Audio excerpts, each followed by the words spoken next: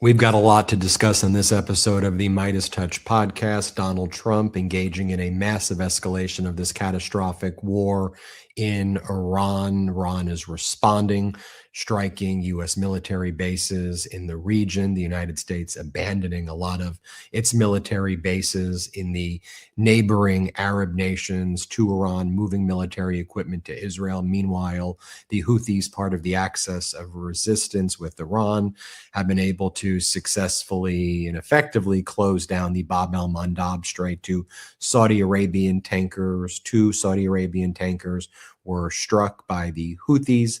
About 7 to 8 others turned around after seeing what went down to those other 2 tankers.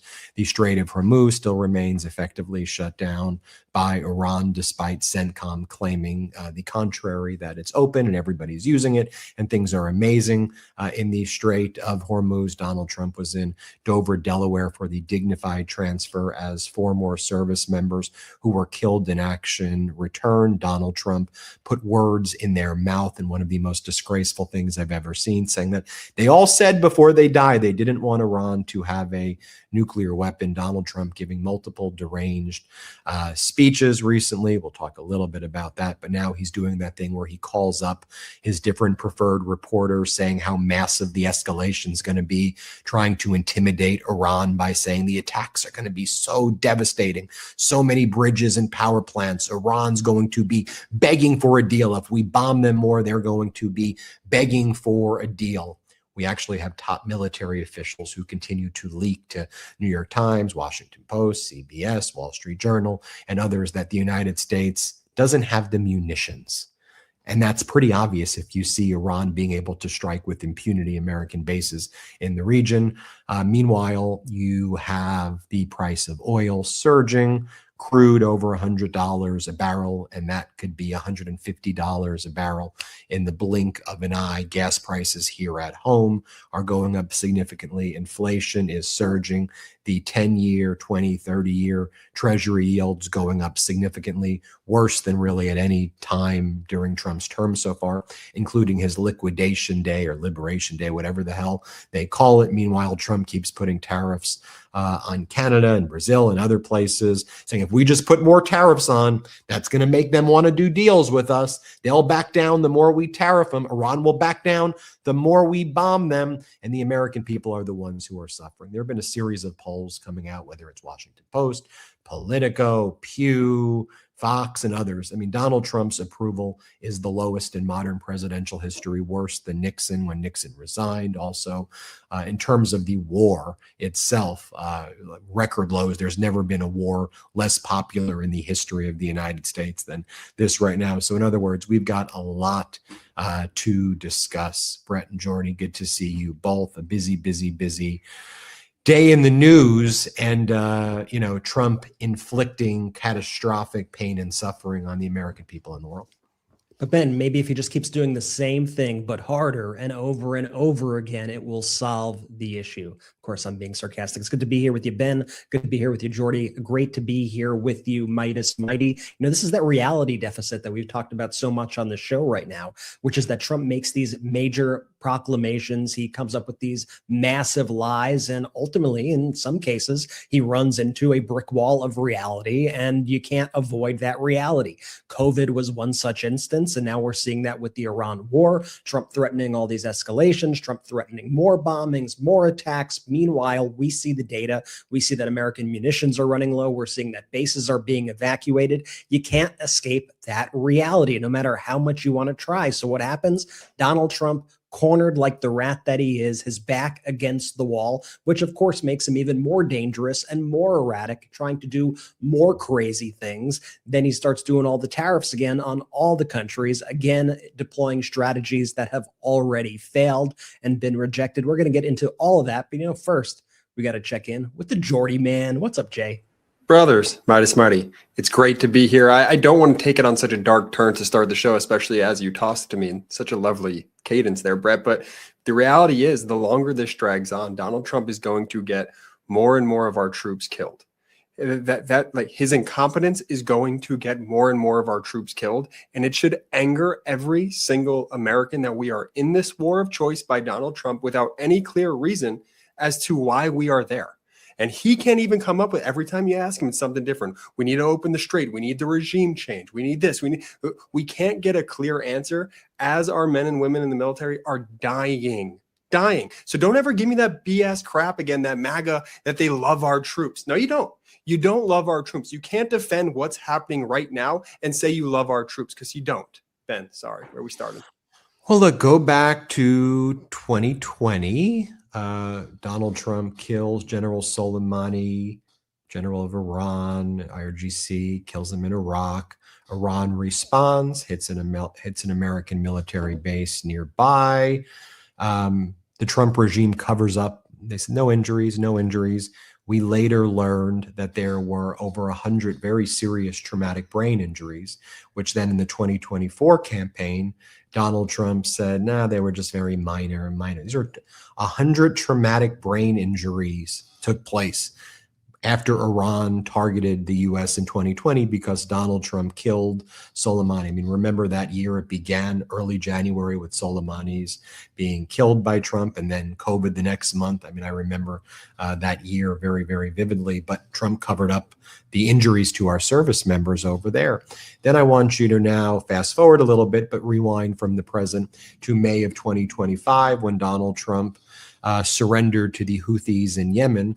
That was, remember, Signalgate, where people like Mike Waltz, who then got a promotion to become the United States ambassador to the United Nations, and Hegseth, all these people invited that guy, was named Jeff Goldberg or something, from the Atlantic onto their Signal group chat when they were talking about the different targets in Yemen that they were going to be hitting. Do you all remember that there were all these mysterious F-15s that were like falling off the ships, like the super carriers, like another helicopter fell off one of our aircraft carriers. Oh, yeah. Another F-15 just kind of rolled over. Remember they were saying all that stuff back then? You know, another piece of military equipment spontaneously combusted. There was a lot of that happening at that time. And I felt like we were the only ones saying, yeah, that doesn't sound right. That doesn't make sense. That doesn't sound right. And then in May, Donald Trump surrenders to the Houthis and says they're brave, they're valiant, they're courageous, they're a great people, honor their word, they've given me their word, and we're good with the Houthis right now. Well, when Donald Trump lives in a deficit reality, a fake reality, this fake dystopian world, guess what actually is happening? Iran is studying that. The Houthis are studying that. China's studying that. The rest of the world, even our allies, everyone's studying that behavior and goes, got it. They're learning lessons, and Donald Trump goes deeper and deeper into derangement as corporate news bends the knee further and more MAGA bootlicking takes place. And so that's what happened back then. So now you kind of fast forward to right now, and you take a look at what's happening in these bases right now. Their official number is 18 American service members killed in action and 447 injuries, which again, the Trump regime, Defense Department, CENTCOM, and others, and CENTCOM, what a clown show CENTCOM has become. Horrifying that I have to even say that about CENTCOM, but they say most of these injuries are minor concussions. Those things are a minor concussion. That's a traumatic brain injury.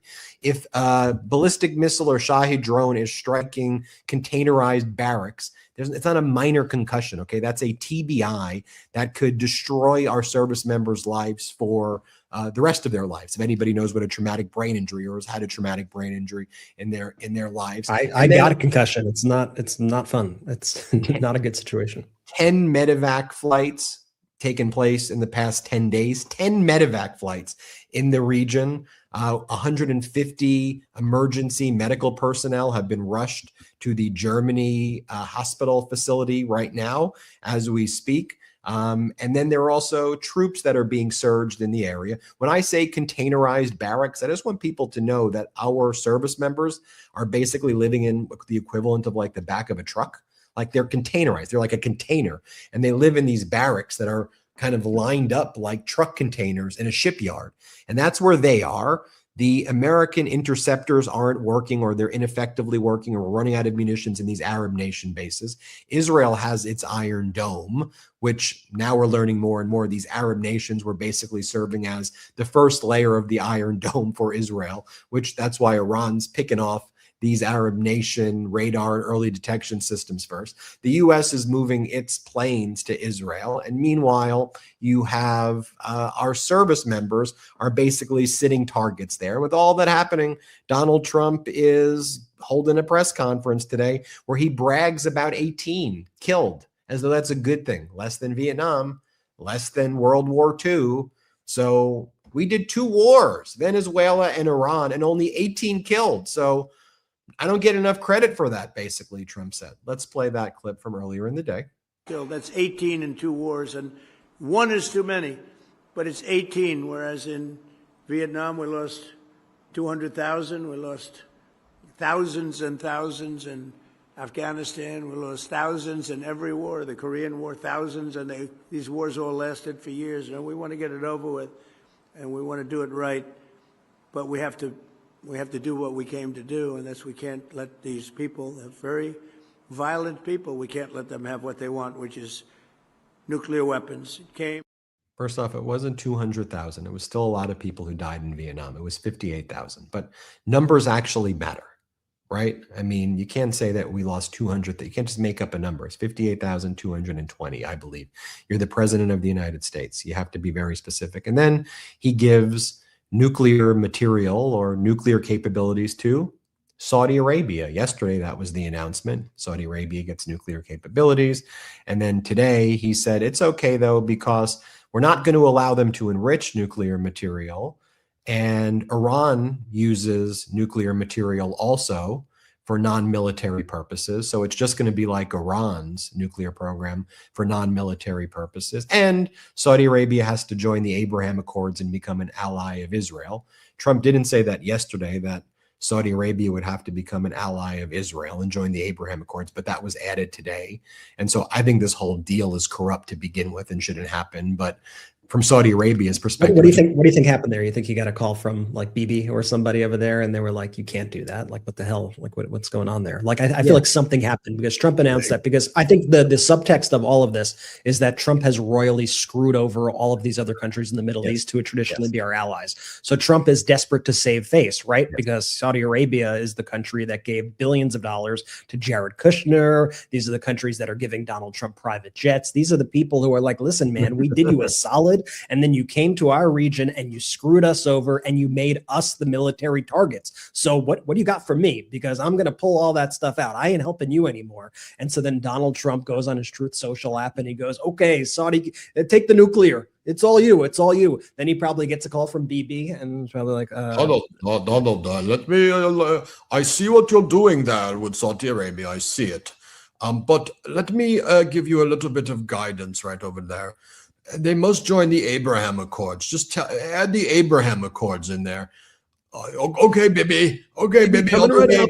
I'll fire off another Truth Social. Caroline will handle it. Donald, you will be viewed very historic terms if you do such a thing. That would be very much, and it's like, they ain't, Saudi Arabia ain't joining the Abraham Accords unless they want to topple the kingdom of Saudi Arabia. Their people know that there's a genocide going on in Gaza. And until Palestine is recognized as a country, Saudi Arabia has made it very clear. And by the way, you know how I sometimes go rewind to this?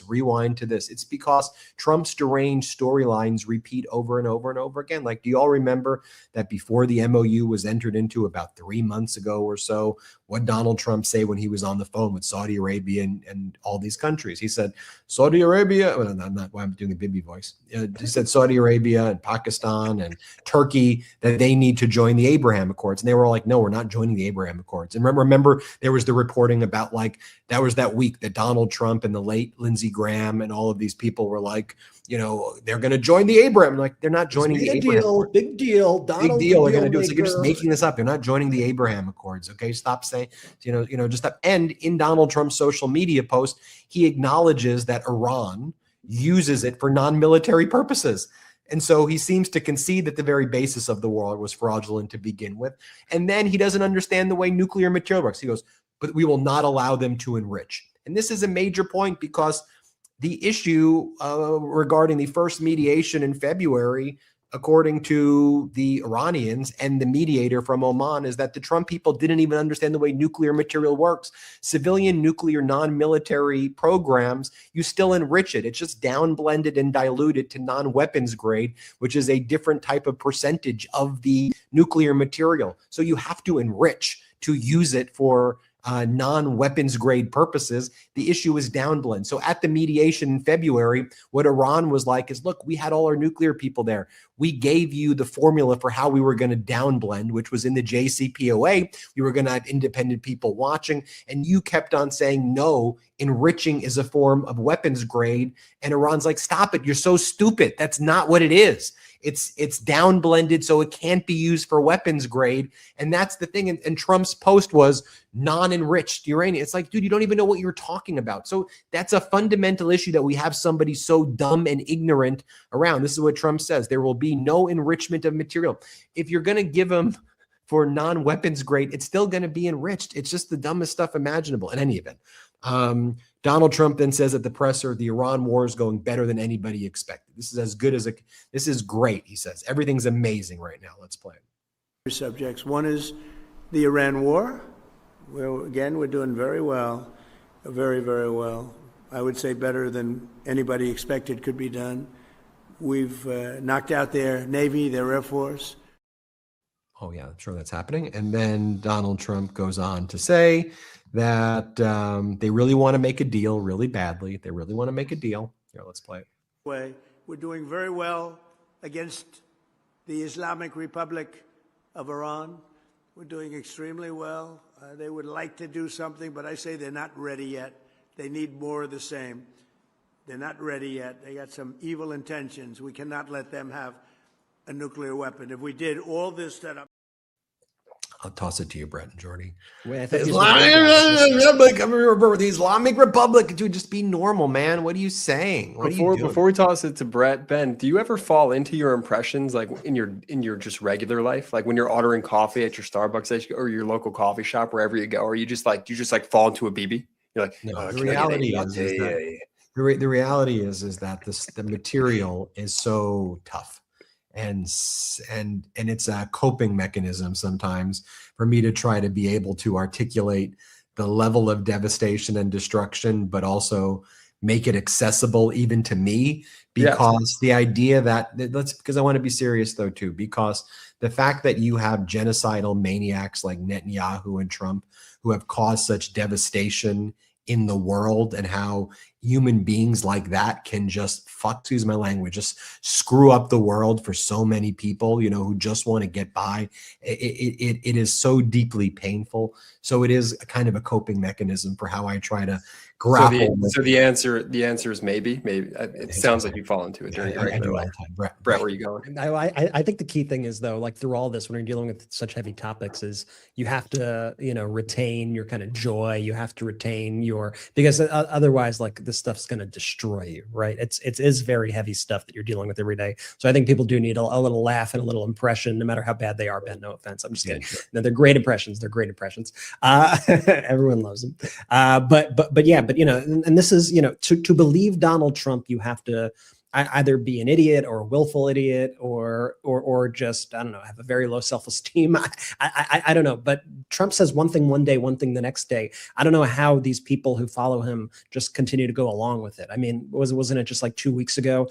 These are the reasonable people. These people are good to work with. It's a whole new regime. They're amazing. We could be partners. Let's be friends. Let's be friends, IRGC. Let's hang out. And now these are maniacs. These are vile people. They're crazy. They can't be negotiated with. Again, like you're talking about yourself, man, because we're watching all the sides, and Iran, for all of its many faults, they've been wildly consistent over their asks over the past few weeks, few months. Donald Trump keeps having this very shifting perspective on anything that he wants, that it's hard to even figure out what the hell he wants. And you just know now Donald Trump's strategy seems to be back against the wall. Let's just fire away, right? Let's unload the clip, so to speak, right? Every munition, let it loose. Any sort of missile, let it go. Do whatever we can right now. If we just bomb them hard enough, we could get out of this. But that's not the case. And they also are well aware of our munition supply, and they're well aware of our oil supply, and they could kind of just wait it out here. You don't need access to special intelligence to see that. I mean, we don't have access to the intelligence of the United States government or the CIA or any foreign entity. We just have the access that's out there in the open source, that's out there from reporting, that's out there from people. And we know what's going on, and Donald Trump has said it out loud. So you could be damn sure that Iran knows what's going on, which puts Donald Trump, every time he lies, it puts us at a very weak point to negotiate, and it puts us at a very weak position in this war, because they know what they have to do, and all they have to do really is just wait it out. And the more devastation that Donald Trump causes, the more people he kills, the more he just emboldens that country, the more the people dig in, and the more they want to get revenge on Donald Trump for the heinous actions that he is committing in the war. So he's really in this escalation trap right now that anybody with kind of two brain cells should be able to put together. He's got these sycophants around him like Marco Rubio. They need to go to bat for him and say the most absurd, ridiculous things that they know is not true. And this cycle will just never end with Donald Trump as president, because he can't admit that he's wrong. It seems like it's the perfect storm, though, heading into the midterms. I don't mean that in a good thing. The perfect storm heading into the midterms of all the things that Republicans don't want to happen right now, Donald Trump is doing. And so what I'm curious as we approach the midterms more, does Trump start to feel the pressure at all from these Republicans? Does Mike Johnson start getting antsy? Does John Thune, do they stop saying, dude, do something? You're doing more tariffs right now when people already can't afford anything. You're going to expand the war right now when the whole country's against this thing. It's like he's doing everything imaginable right now to drive voters as far and far away from him and from the Republican Party. And I think that's why we're seeing this in all that latest polling as well. Can I give you my theory of where that's going to go for the Congress and for Republicans in general? It's pretty obvious to me that Mike Johnson doesn't care about working, doesn't care about doing anything for the American people. And so I almost think to a certain degree, they're going to welcome it. They'd love essentially to be the party not in charge, because it's another excuse for them. Blame the Democrats. Oh, if only we were back in charge, we would have fixed this. Then the Democrats, they took us in the midterms, and now we can't do anything. Like, the blame game from congressional Republicans, from just Republicans right now in general, is insane. They control all three branches of government, and yet they haven't moved a meaningful piece of legislation for the American people in these 2.5 years Trump has been president. It's ridiculous to me. Also, another thing to note, one of the grossest things that Donald Trump is doing and has been doing, we played the clip here earlier, is how he's comparing the deaths of these military members and our servicemen and women to the deaths of other previous wars. First off, Donald Trump and the Trump regime are only acknowledging these 18 deaths, which is so damn tragic. And everything that we know about the Trump regime is that they lie. I'm not fully convinced, this is my personal belief here, that the number is actually 18. I actually think that number is probably 3 to 4 times higher than 18, just based off of the amount of attacks and our bases getting hit day in and day out at this point. So that's one thing right there. But the way Donald Trump tries to delegitimize the deaths of our servicemen by comparing the numbers from other wars is deeply disturbing, and honestly should make everyone's stomach turns. He's basically saying, oh, these 18 deaths, again, the ones that I'm willing to acknowledge is Donald Trump. It's only 18, guys. It's only 18. Look at all these other wars, hundreds of thousands. Like, he puts hundreds of thousands. He just like makes up numbers when he references the other wars now too. It's beyond the pale. It is really disgusting. And you would think more people, especially in the Republican Party, if they had any sort of backbone, would want to stand up to and correct that behavior, because it is so disgusting. He's like, guys, it's only 18. It's only 18. But here's the thing, though, past that. But here's the thing too. Those other wars lasted a long time, and this 5 months is a very long time. Even though Trump said it was going to end in a few days, then 4 to 6 weeks. But Donald Trump is beginning the escalation now. I don't know what type of leader or world leader starts spiking the football about the death count right before you're about to escalate and potentially surge troops into the region, maybe put special forces, maybe do a ground invasion. And now you're saying this is like, we should remember. And by the way, we're seeing right now this buildup in the Middle East. Like all thing, when you look at the kind of just structure of how our troops are kind of positioned right now in the Middle East, at least they want the appearance that there's an imminent kind of ground invasion or massive attack. And that's why I think you also see Donald Trump going to the press, like the Israeli press, and telling Israel's Channel 12 that he's considering a massive attack larger than anything before, and says he's close to making a decision. Oftentimes he's already made his decision about these things before he then goes and does those things. But everything right now is kind of lining up as this thing could be today, could be tomorrow, could be the next day, who knows, right? Tomorrow's Friday. Trump likes to bomb things on Fridays, right? Extra hard. And so this thing could escalate to such a point where we do have troops on the ground. In that case, yeah, the casualties could be absolutely massive. And so you're right. He is spiking the football before, this kind of major escalation even happens. It's absolutely appalling. And we're already, to Jordy's point, still getting data in about the previous attacks. Now, I remember after the attack on the Jordan base, not you, Jordan, the country, Jordan, that we had heard from sources who knew people on those bases that those attacks were incredibly deadly.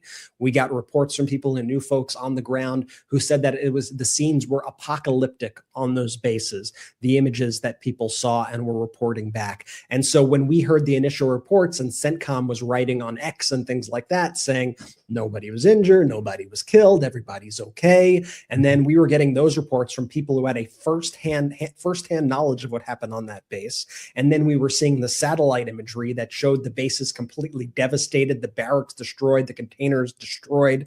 We knew they were lying to us at that point. We didn't have the information to say these were the amount of people who were killed or injured to that end. But we knew that they were lying to us at that point. And we shouldn't have to worry that CENTCOM is going to lie to us about these types of things. It's absolutely heinous. It's an affront to our troops, and every kind of patriotic American who really does support this country and support our troops should be livid at the way that this commander-in-chief and his regime is handling all this. Yeah, and all those other wars involved ground invasions also. The troops were on the ground. And so the lesson should not be spike the football at 18 and let's celebrate the amount, which is sick and disgusting, while reflecting on the deaths of these other wars where there were ground invasion. We had troops on the ground and in the cities. It's to perhaps learn from history, but Trump doesn't want to learn from anything. After this episode, as soon as this episode ends, and we still have a lot of show left, we're going to be on our Patreon. Go to patreon.com/MeidasTouch, and I'll tell you what we're going to do on our Patreon. We're going to talk about WTF America, our new book that's coming out in October, which you can pre-order it right now, WTF America. You can scan the QR code. The pre-orders really help a lot. So don't wait until October. If you're able to buy it now and pre-order it right now. But we're going to answer all of your questions about the book on the Patreon as soon as the show ends. So Patreon. Ben, I've got a lot of questions about this, so I'll just say it right now.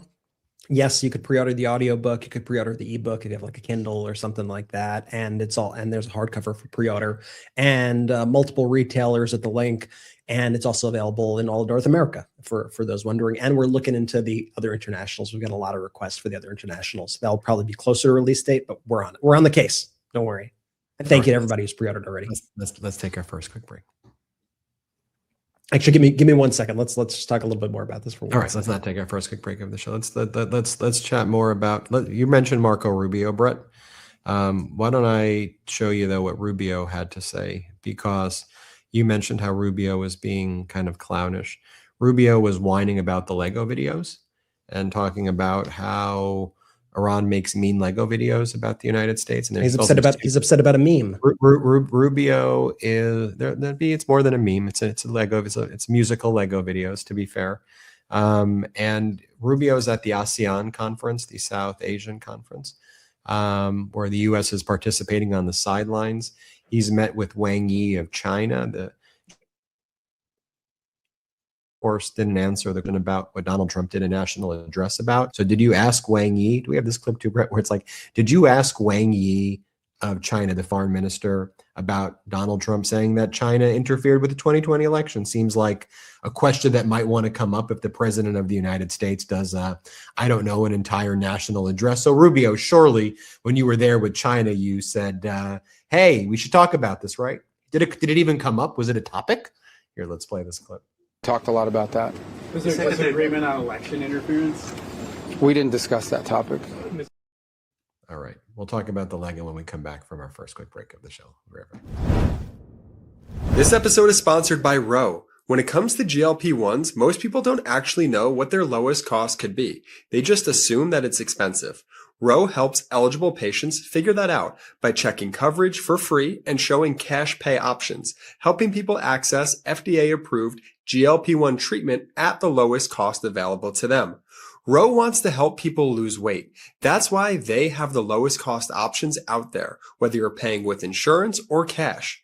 Roe's free insurance checker makes it easy to see if you're covered. Just submit your insurance card and Roe handles the rest. No paperwork, no waiting on hold, no confusing phone calls. If insurance doesn't cover treatment, there are still options. Roe offers lower cost cash pay FDA approved GLP-1s, including newer dosage forms like daily pills and multi-dose pens. Roe offers a multi-month membership option in addition to multi-month medications that help members prepay and save on their GLP-1 medications. Just another way Roe is working to increase access to this life-changing medication. Join the over 1.5 million people who've trusted Roe on their weight loss journey. I use this and you should too. Go to roe.co/Meidas to see if you qualify. That's ro.co/Meidas to get started on Roe. Go to roe.co/safety. That's roe.co/safety for boxed warning and full safety information about GLP-1 medications. If you've ever actually looked at the ingredient list on your dog's food, it gets pretty wild after the first ingredient. Half of it sounds like something from a chemistry textbook, and it got me thinking, if I wouldn't want to eat food packed with ingredients I can't even pronounce, why would I want that for my dog? That's one of the reasons that we switched to Sundays for dogs. Sundays is different. They start with 80% plus all natural meats, then add superfoods like kale, ginger, and blueberries, and gently air drying everything instead of blasting it with high heat.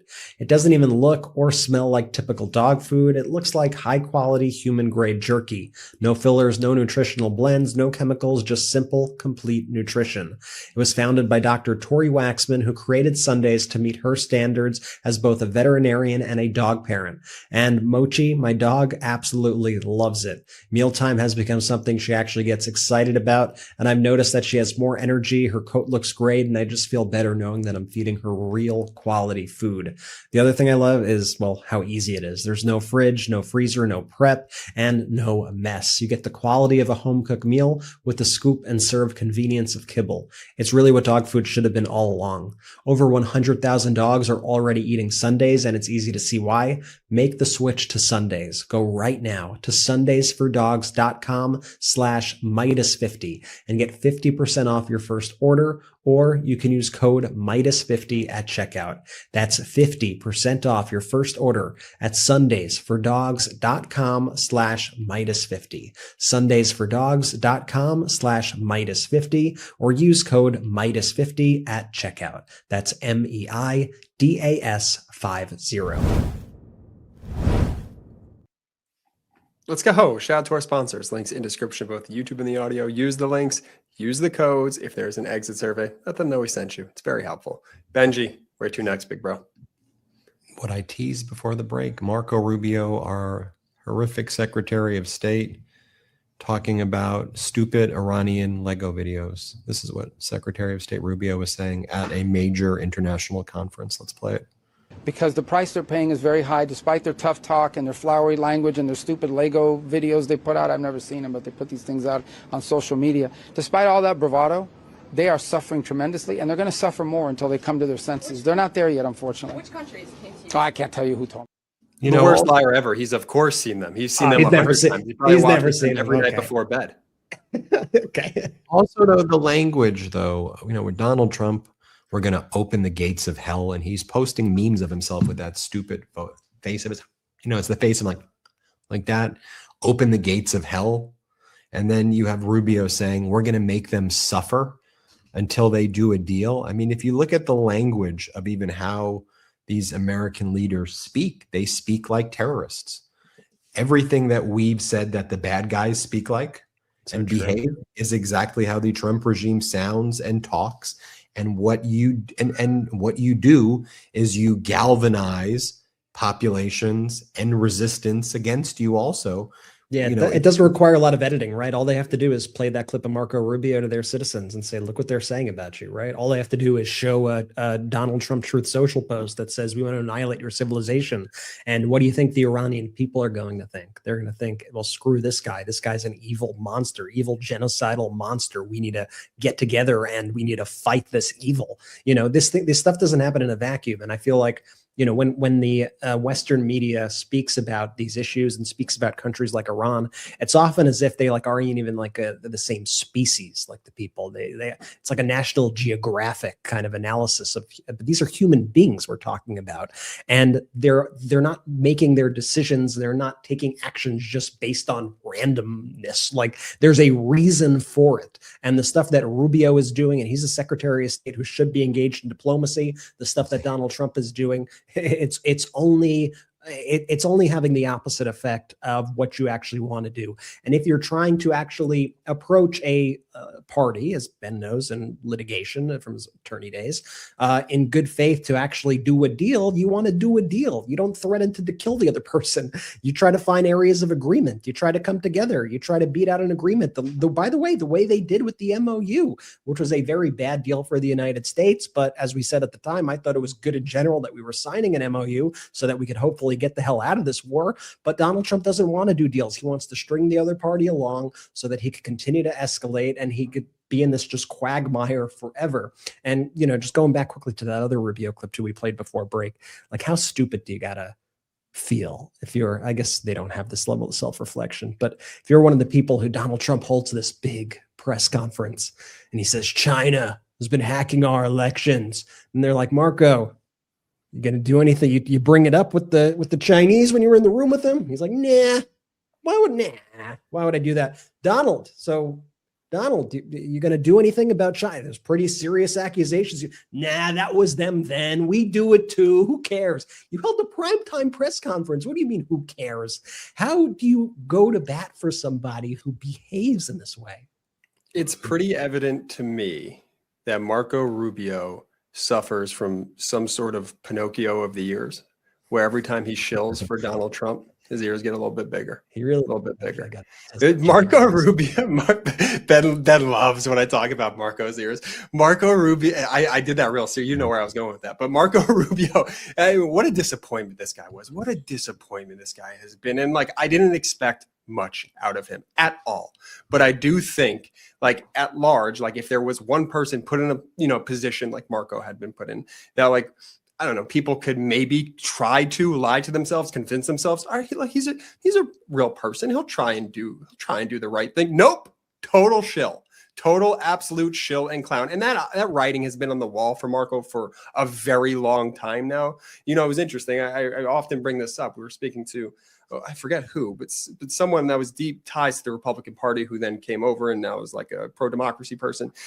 And his whole thing was how disappointed he has been in Marco Rubio. And this was back in 2020. I can't imagine what they think of him now, looking at all of this shillingness and just, day by day, every time he shows, the ears get a little bit bigger. You kind of remember these storylines and these through lines. Remember when Rubio, after the MOU was signed, went to the Middle East and people said, so did you talk to these countries about the $300 billion fund for Iran? Because that's one of the main provisions before you get to even talk about Iran's nuclear file. Surely you brought that up because you've all been saying that the Arab nations need to chip into that $300 billion fund that the American taxpayers are. So surely when you did this meeting, wasn't that what you were here to talk about?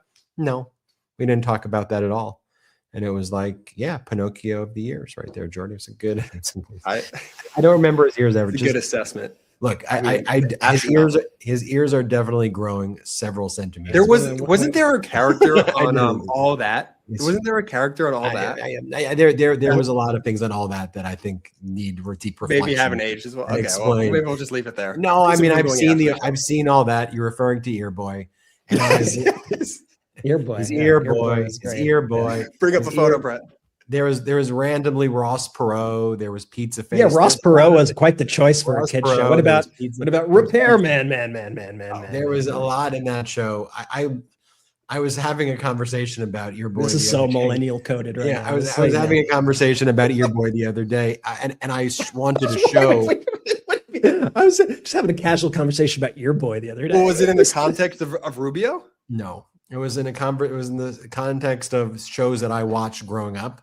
And I just wanted to show my nephews who were of the age when I watched Earboy. I'm like, y'all know Earboy? And they're like, no, we don't know. And I'm like, what about Pizza Face? And what about, I go, let me show you what I watched. And then I was showing them. I'm like, this is wildly inappropriate. This show is offensive on so many levels. And so it's funny that, I Earboy. Two his Earboy references. His in ears one are week. really big. Yeah, that was the theme song. It was a theme song. And the story of, just so you remember, the story of Earboy. We're showing a was picture of also- Earboy right now. He wanted, and it's a sad show because he wanted a girlfriend, and then the cool jocks would be there, and he'd go up and go, "Hey, everybody, this is good to see you." They'd be like, "Yeah, your ears are really big," and then he'd always go to Ross Perot, and Ross Perot would say, "Okay, I'm sorry. I'll stop." I went to a deep Earboy dive the other day. Marco Rubio, though, as part of this press conference when he was at the ASEAN conference, would say every day Iran is begging for a deal. They're begging. Here, let's play this clip. Okay, these people who are calling us every day begging, let's do a deal. They send us messages through other countries, third countries. I mean, they're running out of countries to send. Even I had countries here coming up to me, I just spoke to the Iranians. They want to do a deal. The problem is every time these people do a deal, they either break it or after they make it, they want to change the deal. So they're probably not ready to do a deal yet, but they will be. They're not ready to make a deal yet. They're going to make a deal. And again, those We're years running. are growing. What He's lying. does the statement even mean? We're running out of countries. I don't even like what word is he even saying? We're running words. We're running out of countries. What is that even referring to? How do you run out of countries? If you look at the foreign minister of countries and how they behave versus how Rubio behaves, it is like night and day.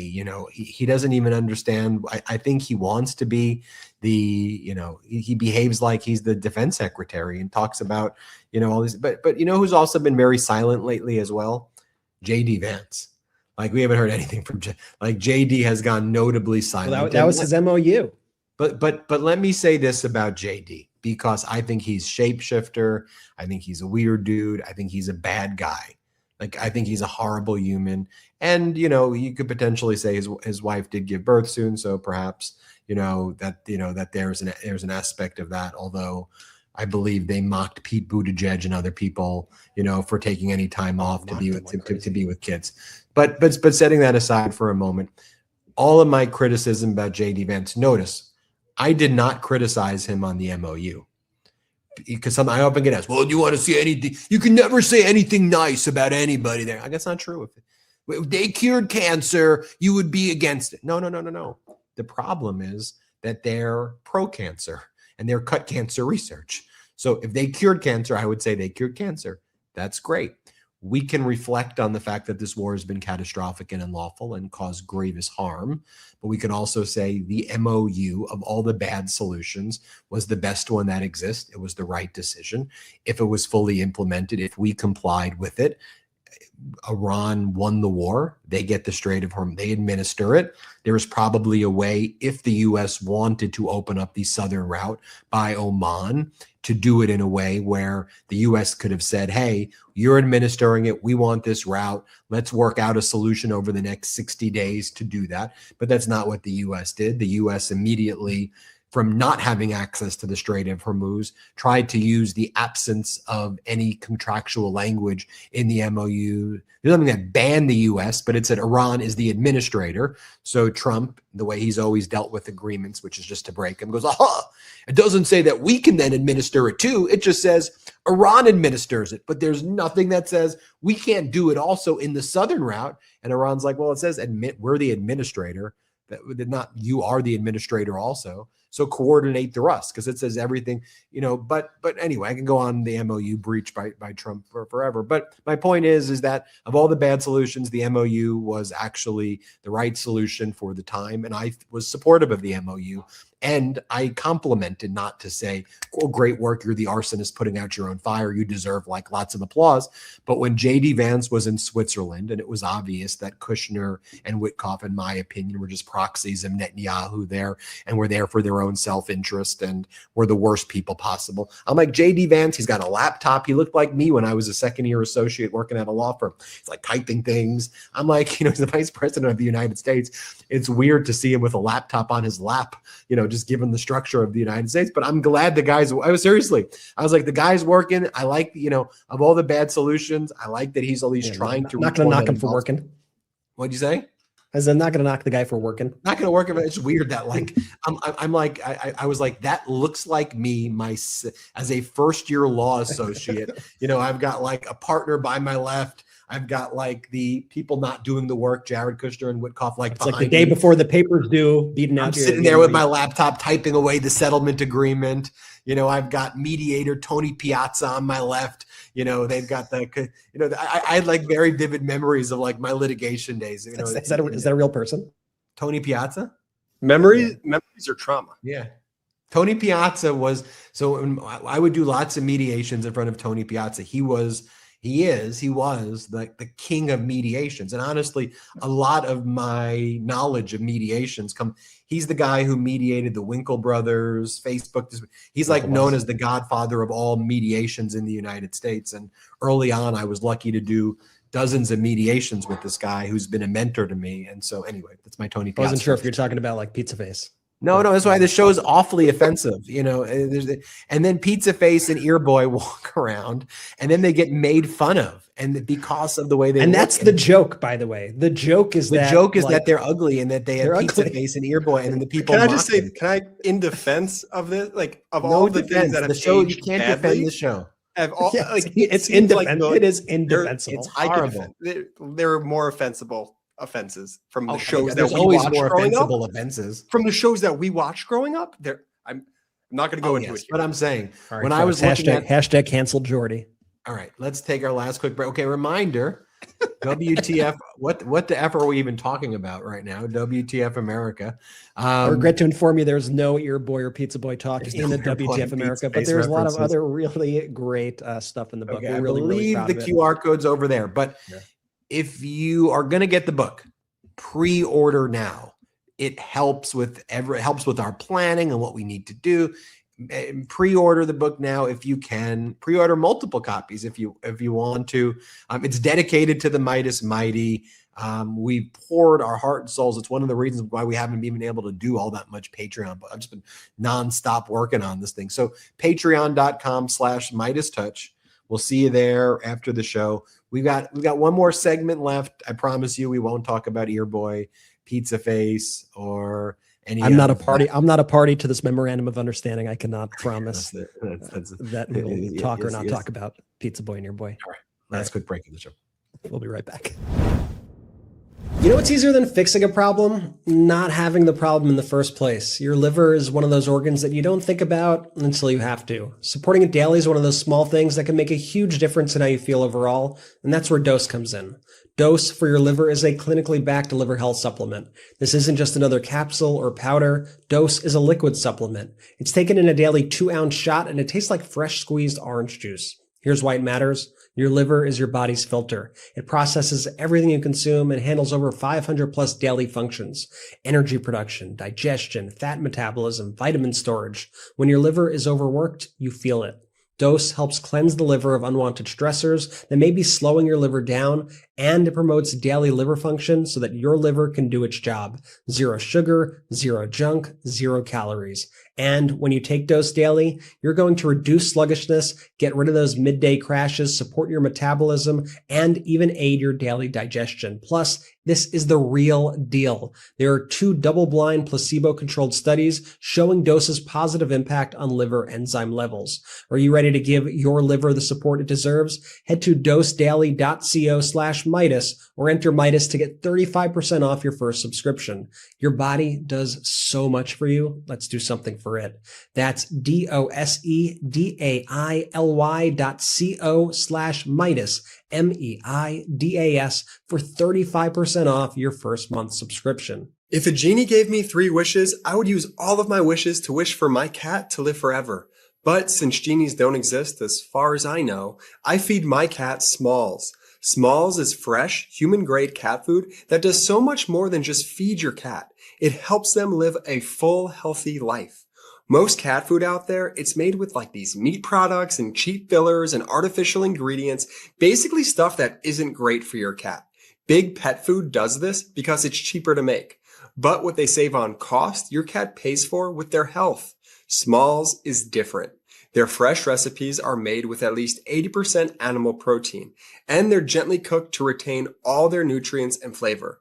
They never add fillers or artificial ingredients, and their food is so healthy that 88% of cat parents say that after feeding their cats Smalls, their cats have better digestion, a softer and shinier coat, and more energy to play, because it's actually good for cats.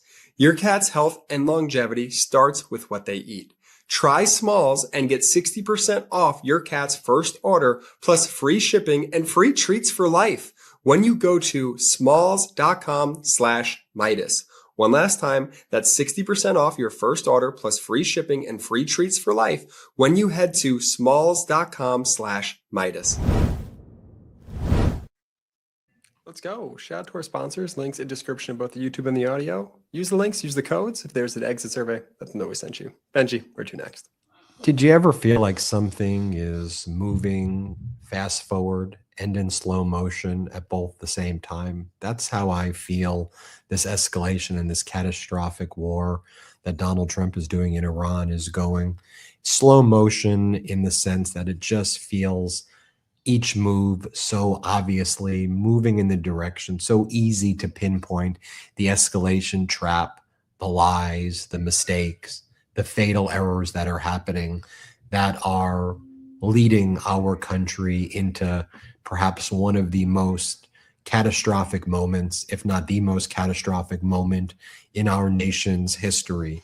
I can literally, you can see it happening every moment, how the buildup is happening, how this vile piece of trash in the Oval Office goes deeper into this escalation trap, how just, how history is often viewed with all of these complexities, but at the most basic raw form, we have someone so unfit, so unqualified, so deranged, so psychotic, so personally caught up, so everything that it's just moving us in this direction. And you have MAGAs in the Senate who are apparently okay with this. Yes, let's do it. No War Powers Resolution Act. You've got such a compliant Congress that's like, all right, let's just let it happen. And we all know better. We all know this moment that we're in right now.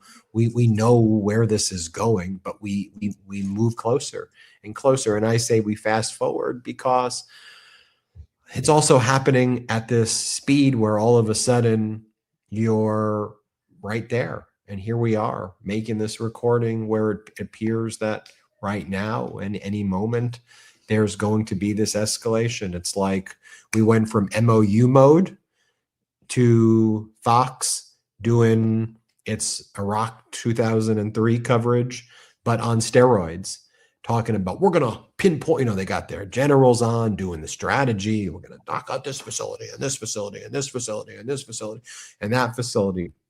You look at the radar right now, you can pull up the B-roll just so you see the plane activity that's taking place right now in Europe and in the Middle East. I mean, you see an unprecedented amount of military aircraft that's going around right now. I mean, it's obvious to Iran, it's obvious to anybody that this full-scale U.S. invasion that will make the initial stages of epic fury look small is happening any moment. Is happening any moment right now. And I'll show you what they're showing on state regime media, which calls itself Fox. Here's what they're doing. Here's their war propaganda trying to rally their zombified base into blowing up, into more war crimes, into, you know, like I mean this seriously. It almost feels like this is the propaganda of Adolf Hitler and the Nazis.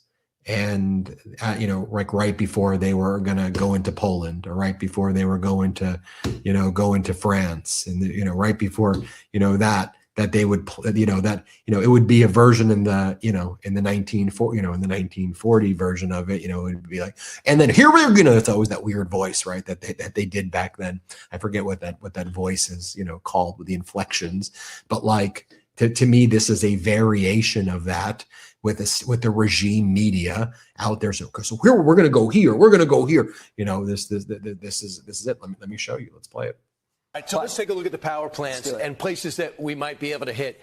Lucas, as you see these as targets, what do you think we might hit first? Well, I don't know if we'll hit it first, but the Damavad plant supplies 40% of Tehran's electricity. The Bashir nuclear power plant, probably not likely a target. The Russians built this. They still supply Iran with low-enriched uranium. Because, Lucas, we should say there's a risk to blowing up a nuclear plant. There's no question. Now, the South Pars gas field, this sits on the largest natural gas field in the world. Israeli forces hit this on March 18th, in the beginning of the war. Iran responded by hitting the Qatari side of this natural gas field. In terms of targets. But let me ask you, here, this is the Strait. Yeah, this is the Strait of Hormuz so right if here. we want to send a message in the Strait where they're hitting ships in the Strait, wouldn't that be a place we go? It would. The only question is, what would be Iran's response? We've seen Iran hit back in Qatar's oil field, natural gas oil fields in the UAE. That's the big thing. You mean they'll have a like response? If we hit a power plant, no they'll question. That's been this tit for tat the whole time. That's what's notable about the Israelis. They use disproportionate responses. Probably one of the reasons that Israel hasn't re-entered the war. Iran has not attacked Israel since early June. And your assessment of how we're doing it now, do you think we're doing disproportionate, or do you think we could be doing not doing disproportionate? It is notable that U.S. forces hit an Iranian barracks after an American barracks was hit, of course, in Jordan. That's what killed those three U.S. Army soldiers. So this is the power plants. Really sick. I mean, they're talking about war crimes so cavalierly. They're talking about blowing like a football play or something. Yeah. So maybe we're going to take that power. These are civilian. We'll cut off the electricity to Tehran. Seriously. I mean, these are war crimes. This is sick. They're talking about the idea, if we want to send a message to the Strait of Hormuz, we could blow up the Bashir power nuclear plant, but it does come with risk. That you're going to blow up a nuclear? Do you know about Chernobyl? You're going to blow up a nuclear power plant? Do you know your fucking history, you idiots? Excuse my language. Do you know your fucking history? You're going to do a Chernobyl over there? You're going to blow up a nuclear power plant to send a message in the Strait of Hormuz? Have all these people lost their fucking damn minds? And again, excuse me, are these people crazy? I mean, are these people lunatic? That's why I say it's like we're slow walking into like nuclear annihilation, also at like a warp speed at the same time. What are we doing here? And again, I hate to curse, excuse my language, but as I watch that, I say to myself, if they're saying it on regime media, that's the advice that Donald Trump is getting. He gets his advice. He's watching that right now. He's watching. Ben, let me take it one further. You may say these are TV hosts. They call themselves an entertainment network in court. It's Fox News. Well, let me remind you, where did Donald Trump pull his defense secretary from? Fox News. He's the guy from that network. That's the guy who is making these decisions. These are the people that guy hung around with. And those are the conversations they have. And this is why Donald Trump picked that individual to lead this department. It ain't just TV. This is real life. And Donald Trump has merged the two together in the most heinous fashion imaginable. The Pentagon removed the names of the 4 service members who died in Jordan from their official list of casualties. They explain that this is because their deaths occurred after President Trump declared a ceasefire in the war in April. How sick. How sick. I mean, honestly, how sick. These are not normal times.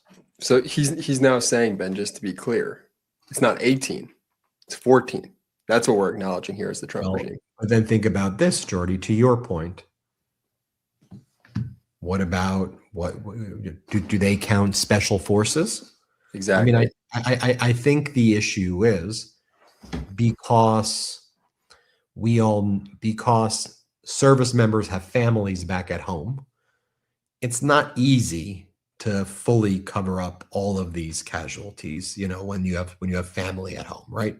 Because people are going to say, hey, what's going on if you don't hear from somebody, or, not necessarily, but we know that Iran has attacked multiple CIA sites that they believe were dark sites, that Iran very much knows these were CIA sites, right? And we also know that Iran attacked, like the area Iran attacked in the Al-Sanf area, Syria, Jordan border area, was special forces barrack. And, I think it's easier to cover up special forces casualties. So, I mean, I don't believe Noted is also that. And here's the thing too. Here's the thing too, real quick, B, is it could take months to hear back from folks over there fighting. Yeah. My wife is family serving right now, and we go long stretches of time without hearing, an update on how they're doing. And so with the Trump regime, again, you just have to be skeptical about every single number that gets put in front of you. I mean, I'm reacting to that news live. I've just learned about that along with everyone here. Trump is essentially taking a mulligan, like he's cheating in golf, because he's trying to correct his scorecard to be better in his favor. I'm using terms that, like, Trump, how the pathological lunatic that is Donald Trump, how he's viewing this. The deaths of our servicemen and women. It's like, don't count those 4. Yeah, Donald, tell that to their families. Tell that to their families. I try not to be all that self-referential is a term, when I'm just like, when I say, well, this is what I said then, this is what I said then. And the only reason why I say that, though, sometimes is because the force sometimes, Jordy, of which the criticisms take place against the platform, of like, I did a video a few days ago, Trump cracks over war and tries to hide the casualties. And I got a lot of criticism for that, and and ultimately, I think it was proven to be, stuck on Jordy. It was looking at Jordy was channeling my narrative there, but that way, and then sometimes the criticism is you're making this up, or like you're whatever. It's like, no, that's happened. They're hiding the casualties. That's in the numbers, and New York Times is 2 or 3 days late, and they report it, and I'm glad when they report it. A general says, maybe they need, to get the source here or the source there. To me, the source is, I see it in the region. I don't need the general to tell me, or the admiral to tell me, or the whoever. I can see what's happening, over there, and so then I report it based on satellite footage and the like, and the medevacs and the numbers that I see. And I actually have I have the clip of you from a few days ago. You reporting that they had changed the casualty count quietly from 18 to 14. This is reporting now being confirmed by the New York Times that they were reclassifying these deaths because they don't view them as war deaths, because Donald Trump technically said we were in a ceasefire at the time, so they don't count, right? If you don't test, they don't count. Here has been a few days ago. This is the military website that reports out U.S. military casualties, official website. And at first, on the website. The casualty total for Operation Epic Fury was updated in the defense casualty analysis system. So if you looked at KIA, killed in action, there were 4 soldiers added who were killed in action, because that's what was reported in the past 24 to 48 hours. And then the wounded in action increased by 20 to 447 from 427. But then at around 11 p.m. last night, that changed. And the defense casualty analysis system removed the 4 killed in action and the 20 wounded in action. Again, just look at that reporting now being confirmed in a news story by the New York Times. You heard it here first on MeidasTouch. And, like something like that comes directly from Donald Trump. Like that's only somebody as sick as Donald Trump would think of doing something like that. And we know because every time he goes out now, to what Jordy was saying earlier, he's constantly comparing deaths. This is just a scorecard to him. These people aren't people with lives and families and friends. These are numbers on a chart. And he thinks that the higher the numbers go, the worse he looks. And we've been, for months now, since the beginning of this war, we have been speaking about the comparisons to COVID of this. And this is also just a spot-on comparison between the war and COVID, because what did Donald Trump constantly say? In addition to saying, if we don't test, there won't be many cases, which is the logic that he is applying to here, Trump also said that he wanted to change the classifications for the way deaths were calculated during COVID. So if somebody had a pre-existing condition, even if they died due to COVID, that shouldn't count because they actually had these other pre-existing conditions. And so the COVID might have killed them, but it shouldn't count towards his numbers because they had something else going on. This is the sick pathology of Donald Trump. And so you see it now directly infecting our military and the data reporting, which is why I don't honestly trust like any of the data reporting coming out of the White House, because he's doing this everywhere. Well, remember, what if Dr. Fauci, rather than saying what Dr. Fauci believed was the scientific information at the time, ultimately did like Admiral Cooper, right? You've got Admiral Cooper, the CENTCOM guy, is out there behaving, basically, if this was a health space like RFK Jr., but in the military, like the head of CENTCOM is out there saying the craziest stuff also and posting and is complicit in this. And all the top generals and admirals were purged. The former chairman of the Joint Chiefs, I did a video on it this morning, C.Q. Brown, was purged back in February of 2025 and replaced with a 3-star general. And this guy, Dan Kane, who had to get a waiver because he wasn't qualified to be the chairman of the Joint Chiefs. He didn't have the positions, he didn't have the qualifications, is currently the chairman of the Joint Chiefs. We got rid of the most qualified guy because he's black. I mean, that's why Pete Hegseth and Trump got rid of C.Q. Brown Jr. And they got rid of other top people either because they were black or because they're women or because they were supportive of promotions of black people in the military and women. That's why other top generals and admirals were purged out. Hegseth didn't like that. Hegseth wants his gender affirming testosterone injections, and he thinks that helps lethality. I mean, did you see what a sweaty mess he was? I mean, when he was testifying before.